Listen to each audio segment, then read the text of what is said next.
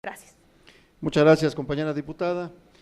Le tocaría el uso de la voz a la compañera diputada Ruth Zabaleta Salgado para formular su pregunta y tiene hasta 5 minutos.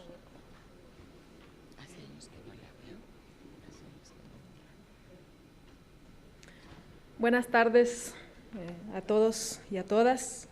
Bienvenida, estimada Rosario. Bienvenida, querida Nubia. Te extrañamos aquí en la Cámara, ya sabes, sigue siendo nuestra compañera todavía. Y bienvenidos todos los funcionarios públicos. Quiero agradecer sobre todo la paciencia que hemos tenido para escucharnos entre todos, pero hacer un pequeño reclamo para aquellos que llegaron al final y han expuesto algunas preguntas aquí que con anticipación ya se habían preguntado. Sin embargo, creo que ha habido tolerancia para poderse contestar. Creo que tenemos que ser justos respecto a cómo nos dirigimos en los tiempos, dependiendo de dónde estamos. Voy a leer, me tomará quizás un minuto, una nota que salió en un periódico. Decía, según datos del Coneval, en el DF la pobreza de capacidades pasó de 9.9% a 10.3%, mientras que la pobreza patrimonial pasó de 29 a 31.8%. Es decir, al finalizar la administración 2000-2005, alrededor de 2.775.000 capitalinos no contaban con el ingreso suficiente para cubrir sus necesidades de alimentación, salud, vestido, vivienda, transporte y educación. Amartya Sen, refiriéndome al mismo autor que la compañera me antecedió hace 2 exposiciones, decía, efectivamente dice que la pobreza debe entenderse como la privación de capacidades y no meramente como la falta de ingresos. En ese contexto, me parece que sería justo reconocer que es la primera vez que estos programas, independientemente de las ventajas y desventajas que le podemos criticar o reconocer a cualquier otra administración pública, a cualquier otro periodo de la administración, es la primera vez que se está vinculando diferentes temas, y en este caso el del combate a la pobreza y la desigualdad, desde el Plan Nacional de Desarrollo, desde cumplir las metas del milenio, desde cumplir el artículo 4º constitucional y sobre todo de tratar de cambiar que nuestra economía sea una economía incluyente, que permita el desarrollo de todos los ciudadanos, hombres y mujeres. Pero también quiero aquí hacer una observación. Es la primera vez en una administración pública, y esto no es nada más porque querramos verlo en el papel y a lo mejor a alguien se le ocurrieron cosas muy bonitas, sino el desarrollo de los países, el comparativo, los fracasos de otros países respecto a políticas públicas han arrojado que tengamos que hacer cambios sustanciales en lo que nosotros estamos presentando aquí en la Cámara de Diputados con reformas a las normas y lo que está haciendo el gobierno, en este caso federal, con los programas. Es la primera vez que verdaderamente se está intentando combatir la desigualdad, no solamente social, sino la desigualdad entre mujeres y hombres. Y en ese contexto me gustaría escuchar a la secretaria, porque la conozco hace muchos años, aún me jacto de decir que soy su amiga, y hemos tenido la oportunidad de platicar precisamente el combate a la desigualdad sustancial en el aspecto del programa Prospera, que por cierto no es parte del informe que se está discutiendo en la glosa, es un programa que apenas anunció días después de la glosa. En ese aspecto, este programa, ¿cómo va a combatir de fondo la desigualdad? ¿Cómo va a ayudar a tener esa igualdad sustancial? Porque me parece que no solamente es crear programas asistenciales para competir entre los ámbitos de poder federal, estatal y municipal, sino es precisamente cómo logramos cambiar las circunstancias en términos sustanciales de nuestra sociedad. Y en ese aspecto me parece que falta que le demos oportunidad tanto al gobierno federal y en especial a la secretaria, que nos especifique muy bien cómo se vincula este programa con este cambio que nosotros requerimos para lograr la igualdad sustancial. Por sus respuestas, muchas gracias, secretaria. Muchas gracias, compañera diputada. Se le concede el uso de la voz a la maestra Rosario Robles Berlanga, secretaria de Desarrollo Social, hasta por 5 minutos para dar respuesta a los cuestionamientos de la diputada. Muchas gracias, diputada Ruth Zabaleta, siempre también con mucho cariño, mucho afecto. Lo dijimos cuando se presentó Prospera, lo más fácil hubiera sido quedarnos como estábamos, seguir pagando cada 2 meses, pues, oportunidades, la pensión para adultos mayores, seguir con la red de abasto de Liconza como estaba, o la de Liconza con sus tiendas en el Pedregal, pero nosotros nos planteamos lo que el presidente nos indicó. Venimos a transformar, venimos a cambiar, no venimos a administrar, no se trata de eso. Y se trata primero de recuperar la dignidad de las personas. Yo creo que esto es algo muy importante. Entender que son sujetos de derechos, que no se trata de prebendas, de clientelas, sino de derechos que están consagrados en nuestra Constitución y que todos tenemos que contribuir para que se puedan ejercer a plenitud. Segundo, se trata de promover la participación social y comunitaria y de abandonar la política de ventanilla, de estar detrás de un escritorio tomando decisiones. Es más trabajo ir a consultar a la comunidad, a escucharla, pero eso reditúa en mejores programas y en mejores estrategias. Tercero, nos planteamos una profunda reforma de lo social. Es una reforma que no ha pasado por el Congreso, pero que sí ha implicado cambios muy importantes a los programas, y justamente Prospera surge de esta visión, surge de las evaluaciones a las que no se había atendido, porque es un programa Oportunidades muy evaluado, pero no se había atendido a una serie de evaluaciones que indicaban que se tenía que fortalecer y cambiar el programa en aspectos muy importantes. Pero además, en donde se hacía de manera recurrente la observación de que mientras no hubiera la salida productiva, difícilmente íbamos a poder romper con la pobreza. Y entonces había que trabajar desde arriba y desde abajo, desde lo económico, ya lo hemos platicado, y desde abajo, desde una política social de nueva generación que entendiera que los programas de transferencias monetarias deben ser temporales y que la aspiración de las familias que están en esos programas debiera ser salir de los programas de transferencias monetarias, porque precisamente eso significa que dejaron de ser pobres. No se trata de que la gente se gradúe en los programas de transferencias monetarias.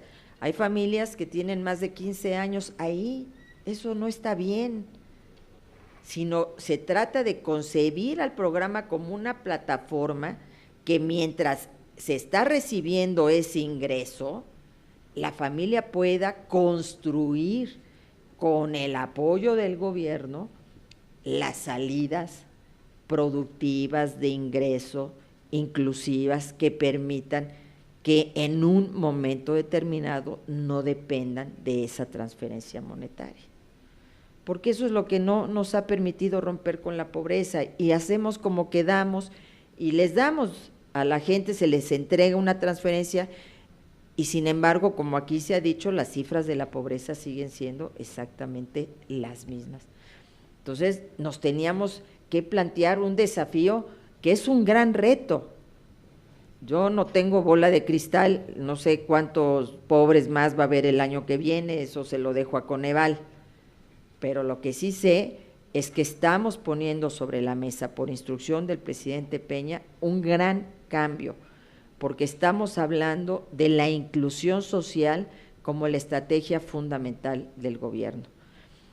estamos hablando de que se tiene que mejorar el ingreso, además de ir al fortalecimiento de las capacidades, además de ir a construir capital humano, tenemos que generar estas posibilidades de un mayor ingreso para que las familias den el brinco y estén por encima de la línea de pobreza y puedan tener un mayor bienestar. Entonces, estos cambios son relevantes, son cambios que no van a dar resultados en el corto plazo. Estos programas, nosotros no estamos diciendo que el día de mañana ya las familias de Prospera habrán dejado la pobreza, pero lo que sí estamos diciendo es que lo que no puede nunca ser un obstáculo es el que un niño o una niña haya nacido en un hogar pobre, que es obligación del Estado mexicano garantizar que independientemente del lugar o del hogar en el que ese niño nació, tenga los mismos derechos, pueda ejercer plenamente esos derechos y en primerísimo lugar el derecho a la alimentación. Aquí se habla de que la cruzada no ha tenido resultados y a mí me sorprende enormemente porque nosotros estamos diciendo que podemos documentar claramente con nombre y apellido 3 millones de mexicanos que tienen acceso a la Cruzada Nacional contra el Hambre y podríamos, si quisiéramos hacer simplemente una cuestión mediática, hablar que son 8 millones, porque si sumamos los programas de la Cruzada Nacional contra el Hambre, nos da más de 8 millones de beneficiarios, pero nosotros, en un acto de transparencia y de honestidad, cruzamos los padrones y estrictamente hablamos de 3 millones, porque esa misma beneficiaria del programa Prospera puede tener la leche liconza, y estamos hablándole a la misma persona. Pero si fuéramos tramposos, pues sumaríamos cada programa aparte y diríamos, ¿saben que ahorita la cruzada ya rebasó los 7 millones y ya estamos hablando de 8 o 9 millones de mexicanos? No, aquí se trata de hablar con transparencia y con honestidad, porque estamos haciendo un trabajo serio y se han creado nuevos programas que no existían en la administración y que parten de un criterio elemental.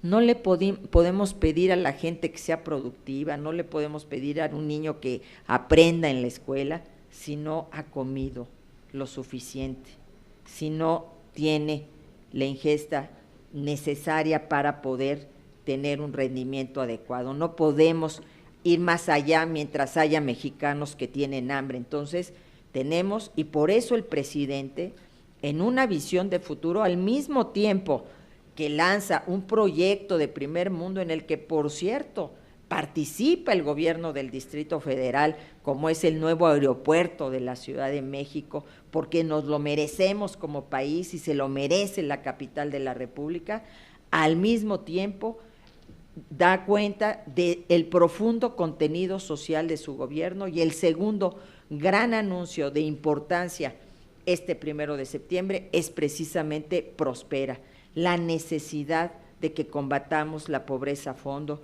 la necesidad de que empecemos realmente a dejar de administrar y empecemos a transformar la condición de vida de millones de mexicanos. Nosotros estamos convencidos, y concluyo, de que vamos por el camino correcto, que hay muchas cosas que tendremos que ir mejorando, que tenemos que incorporar, y se decía que se sacrificaba la condición de las mujeres con este programa Prospera. Quiero decirles claramente que ONU Mujeres fue parte del equipo de expertos que participó en todo el rediseño del programa Prospera. Tenemos metido el tema de género hasta la médula y el compromiso. Entonces, diputada, sé que usted nos va a seguir acompañando en este proceso que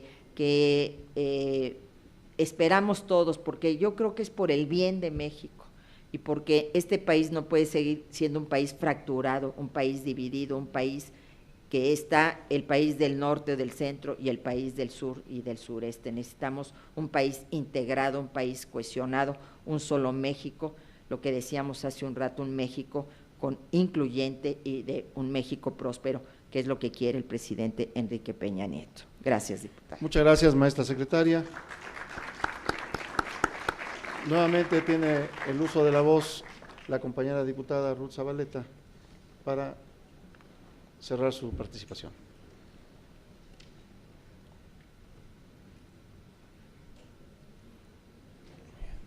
Solamente un minuto, presidente.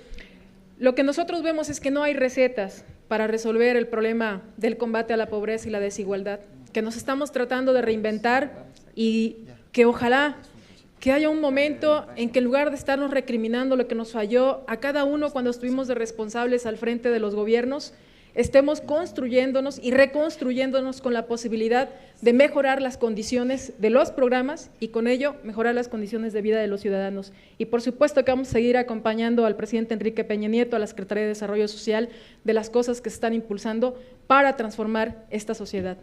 Muchas gracias. Muchas gracias, compañera diputada. Tocará el turno para poder hacer sus preguntas a la compañera diputada Jessica Salazar Trejo, hasta por 5 minutos. ¿Te puedo robar otro?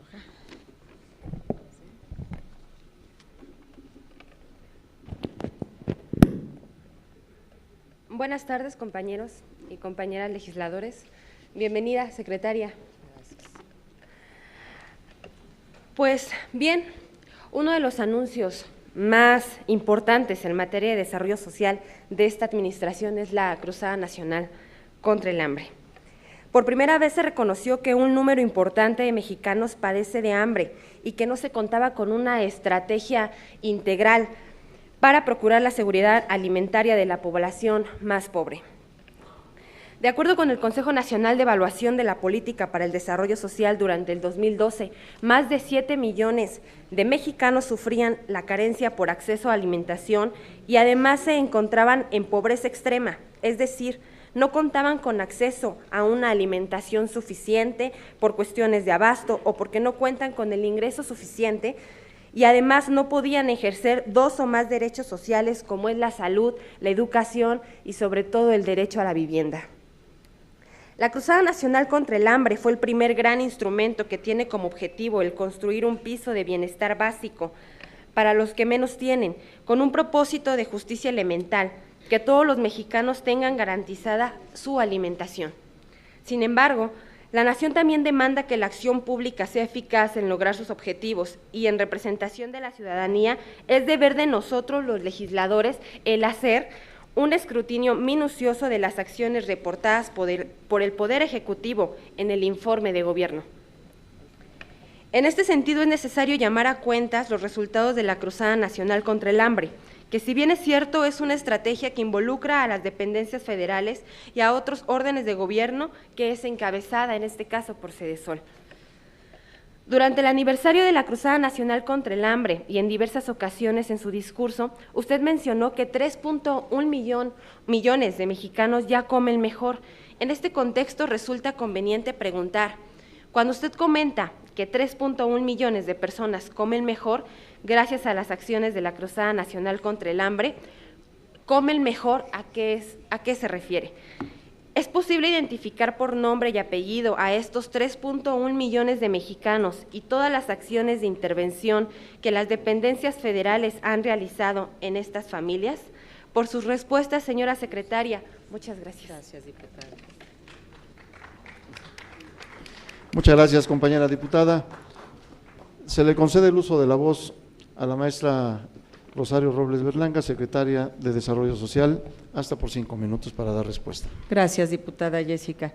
Desde luego que estamos nosotros absolutamente conscientes y somos profundamente respetuosos del poder legislativo y de su facultad de escrutinio, porque además ustedes deciden los recursos, desde luego que les compete vigilar y verificar que estos se estén aplicando de la manera más adecuada.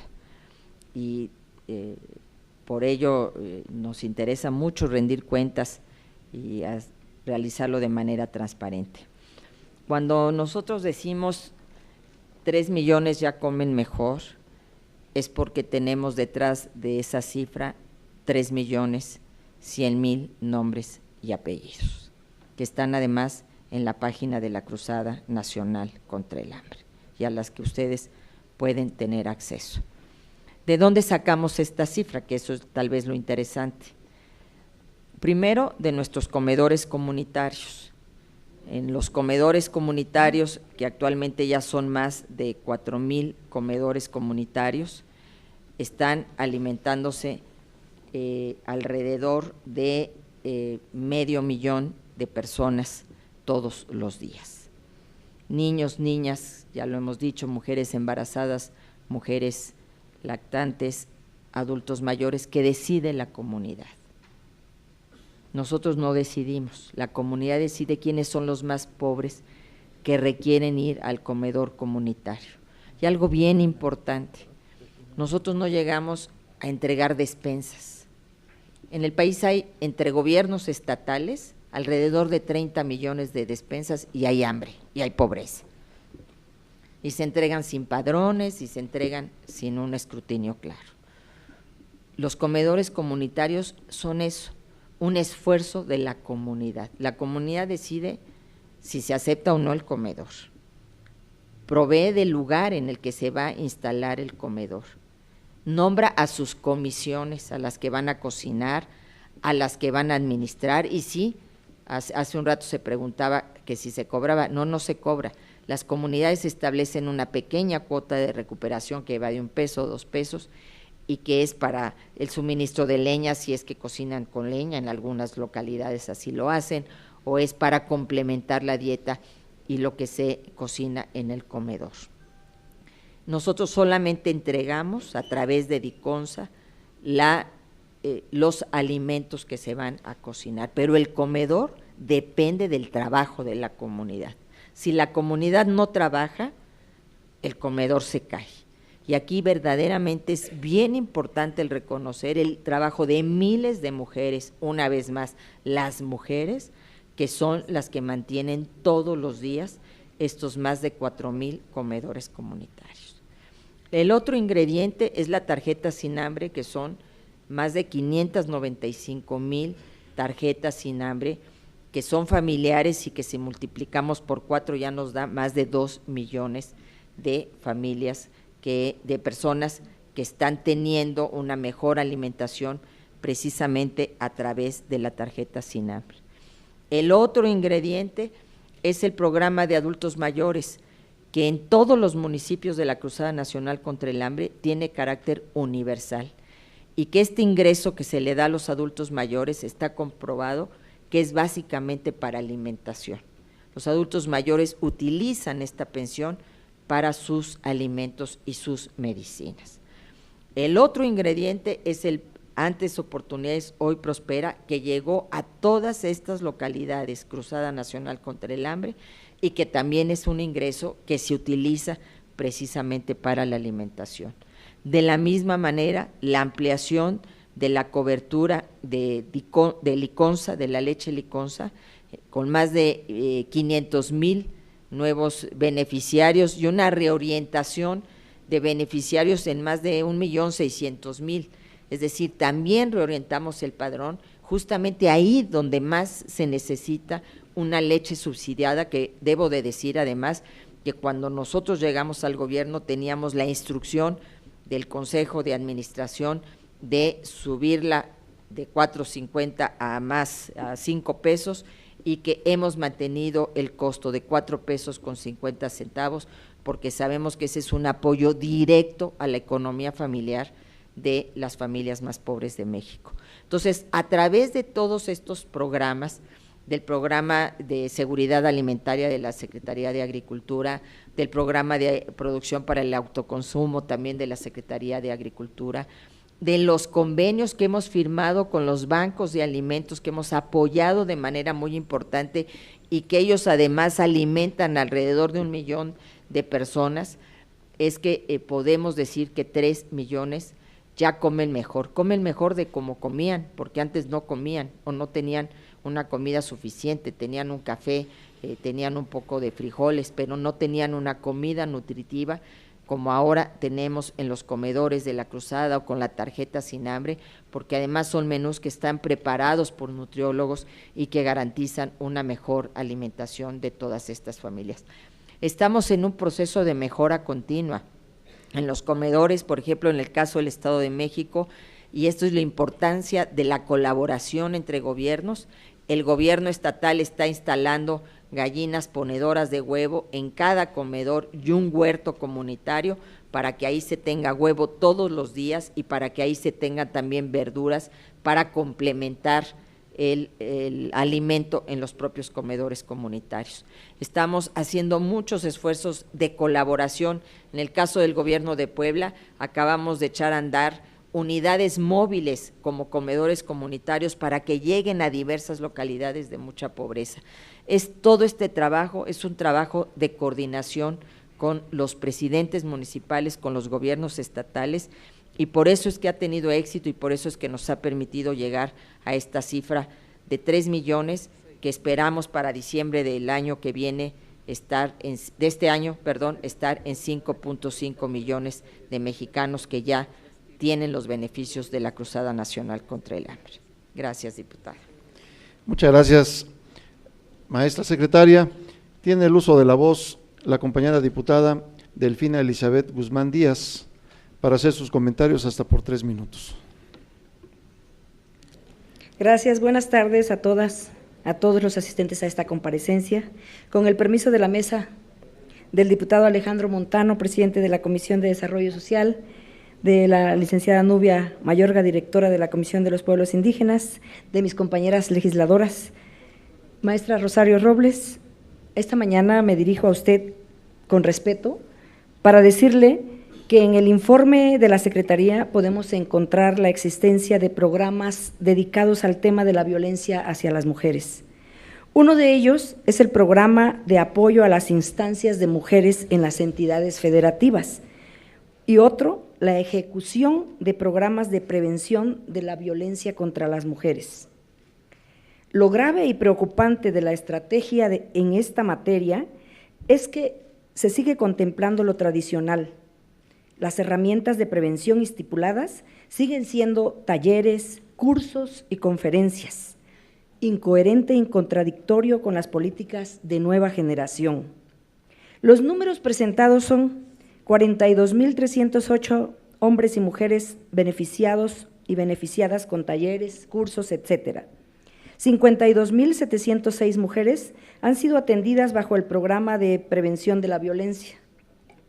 68.224 mujeres por medio de la creación y fortalecimiento de unidades de atención especializada. Los números, como datos duros, se oyen bien.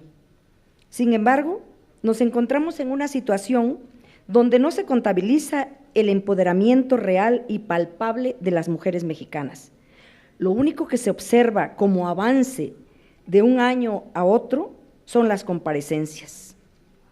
Solo números, pero estos no reflejan los logros obtenidos por los programas. Sabemos que las cuentas alegres no se transforman en realidad. Si la población vulnerable tuviera igualdad de condiciones, no se trasluciría la protesta social.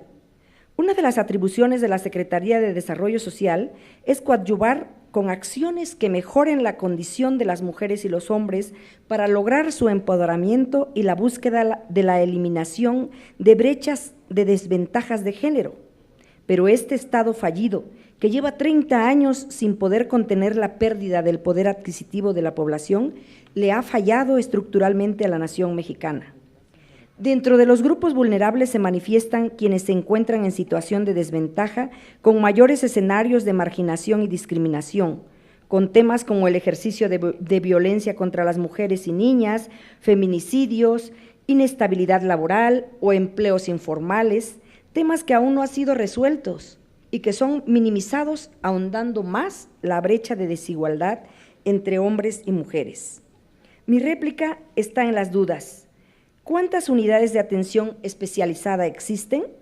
¿Qué facultades tienen esas unidades? ¿Dónde se encuentran? ¿Cómo están organizadas?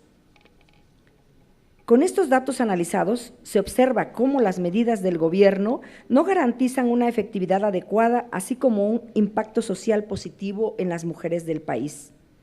Termino diciendo, señora secretaria, que pedimos que los proyectos para mujeres sean eficaces, sean reales, transparentes y que abarquen con beneficios a la mayor parte de las mujeres mexicanas, sin limitaciones y sin procesos burocráticos que necesitan tiempo y que fomentan la corrupción.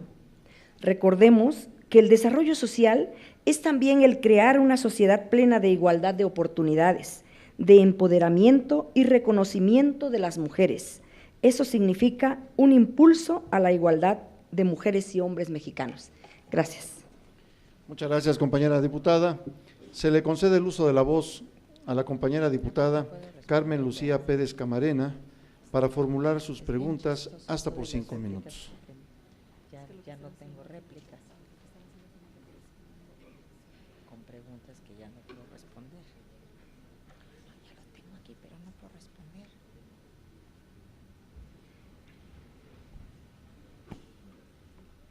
Muchas gracias, señor presidente, compañeras diputadas, señora secretaria y todas las personas que nos acompañan. No hay política eficaz con una economía sin crecimiento. El gobierno federal ha fracasado en el manejo de la economía los 2 primeros años y ese mal manejo se ve reflejado en un crecimiento de la pobreza, especialmente en uno de los sectores más vulnerables, como es la niñez. La economía va mal, los programas a favor de la niñez van mal, así de simple. Usted habla, secretaria, de privilegiar un programa de entrega de televisores, cuando usted misma refiere que ha encontrado a muchos niños sin zapatos. Quizás valdría la pena repensar y replantear ese programa. O, por ejemplo, en las casi 1 de cada 7 familias que padecen enfermedades respiratorias por no contar con una estufa de gas, y que bien, desde el Congreso hemos etiquetado recursos para las estufas Lorena. ¿Por qué no privilegiar esos programas en estos sectores? Usted, al referirse al programa Prospera, habló de un programa que beneficiará en el futuro. Pero, señora secretaria, los mexicanos ya no quieren programas para el futuro, quieren programas presentes, programas para hoy. No queremos más escuchar a los funcionarios de este gobierno hablar de lo que van a hacer, quién sabe cuándo. Las acciones se requieren ya. En su mensaje inicial se refirió a una política social de nueva generación y explícitamente mencionó jóvenes, mujeres, hombres y adultos mayores. Pero se olvidó justo de mencionar a las nuevas generaciones, las niñas, los niños y adolescentes. Ha venido mencionando algunas cosas en relación a ellos, pero le recuerdo que a usted, como titular de la dependencia a su cargo, de acuerdo al artículo 32 de la Ley Orgánica de la Administración Pública Federal, dentro de sus atribuciones está el brindar atención a los derechos de la niñez. Para Acción Nacional, los derechos humanos son expresión concreta de la dignidad humana. Sin respeto cabal de los derechos humanos no hay democracia. Un enfoque de desarrollo basado en los derechos de la infancia contribuye a que se produzcan las transformaciones sociales, económicas y jurídicas que se necesitan para hacer del mundo un lugar más justo y habitable. En este sentido, vemos con preocupación que el tema de los derechos de las niñas, niños y adolescentes sigue quedando al margen de la agenda pública de este gobierno. Queda perfectamente evidenciado en los resultados y acciones dados a conocer en el segundo informe. Un primer aspecto que nos llama la atención y que ya lo había comentado mi compañera Lucila Garfias, son las acciones relacionadas a las estancias, centros o albergues infantiles. Las condiciones en las que son atendidas las niñas y niños en estos centros no son las mínimas requeridas para asegurarles su bienestar y respeto de sus derechos. En este sentido, señora secretaria, quisiéramos saber si el Sistema Nacional de IFE se está haciendo cargo de la supervisión y seguimiento de todas estas instancias.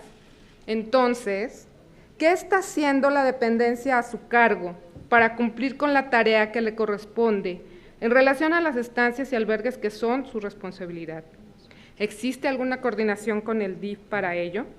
Si es así, nos gustaría saber de qué manera se da esta. De los 3.807 millones de pesos que está proponiendo el Ejecutivo Federal para este programa en el ramo de desarrollo social, ¿qué monto está previsto para el mejoramiento de los servicios que prestan las estancias y albergues que tienen a su cuidado niñas y niños? Por otro lado, las niñas y niños pertenecientes a los sectores marginados, como usted ya lo ha referido, y en situaciones de desventaja social, son los más vulnerables frente a la pobreza en nuestro país.